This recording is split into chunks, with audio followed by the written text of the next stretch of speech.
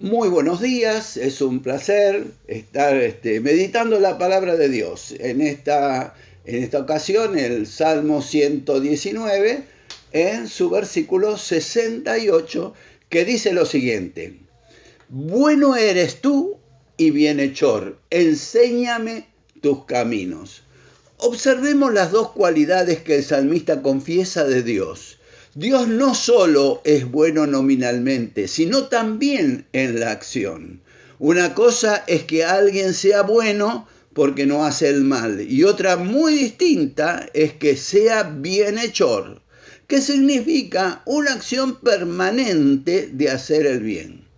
Debemos tener en cuenta que el Señor no es un Dios pasivo, porque no se toma vacaciones, ni siquiera duerme, puesto que la palabra de Dios dice: no se fatiga con cansancio y su entendimiento no hay quien lo alcance.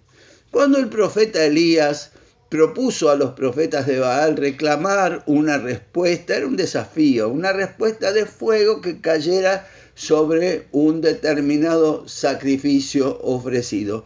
Les dice ante su infructuosa invocación: gritad en alta voz, porque Dios quizás está meditando, o tiene algún trabajo, o va de camino, o tal vez duerme y hay que despertarle.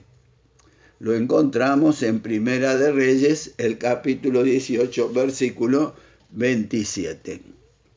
Ser consciente del Dios en el que se deposita toda la confianza hacia la calidad de vida que un hijo de Dios tiene. Y como consecuencia, la calidad de servicio que presta a su Padre Celestial. Dos cosas fundamentales reconoce el salmista en el Señor. En primer lugar, Él es bueno por naturaleza, de modo tal que con plena confianza atesoraría todo lo que proveniente de Dios pudiera enriquecer su vida en cuanto a instrucción o enseñanza y sabiduría se refiere.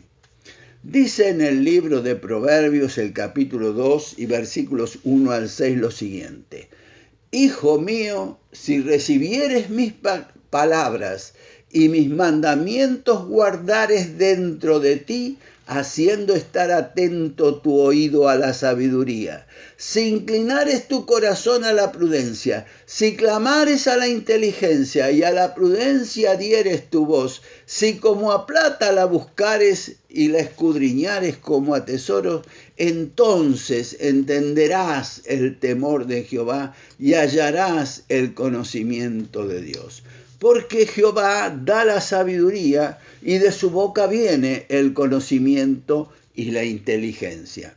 Este pasaje nos muestra claramente que no solo Dios es bueno, sino que además es bienhechor, pues nos invita a aceptar el regalo supremo de hacer de nosotros destinatarios o poseedores de todas las riquezas de sabiduría, prudencia e inteligencia. Y es más, nos invita a escudriñarlas, a buscarlas, a entenderlas y a conocerle a Él en profundidad, que es la mayor de las riquezas. Bien dice el Salmo 71 en sus versículos 20 y 21: Tú que me has hecho ver muchas angustias y males, volverás a darme vida, y de nuevo me levantarás de los abismos de la tierra. Aumentarás mi grandeza y volverás a consolarme. No existe mayor grandeza que el conocimiento de Dios. No hay mayor consuelo que Él haga resplandecer la luz de su rostro sobre nosotros. El Salmo 32, en su versículo 8, el Señor promete a su siervo David y por tanto a cada uno de nosotros que le quiera ser fiel lo siguiente: te haré entender y te enseñaré el camino en que debes andar, y sobre ti fijaré mis ojos. Este es el mayor de los bienes que Dios quiere hacerles a sus hijos, darles entendimiento y enseñarles el camino que Él estableció para que anduviésemos en Él. Hay muchos ejemplos en las Escrituras de hombres de Dios que Dios llamó para hacer su voluntad y que agregaron sus propios criterios. Cuando Cristo dijo, separados de mí, nada podéis hacer, estaba indicando que el hombre no solo se separa cuando comete un gran pecado, sino que se separa cuando no hace todo lo que Dios le manda. Saúl, por ejemplo, el rey, un profeta, el elegido de Dios, fue separado por haber cumplido parcialmente el mandato de Dios. Se dejó algunas vaquitas con la excusa de que eran para ofrecérselas en sacrificio a Dios.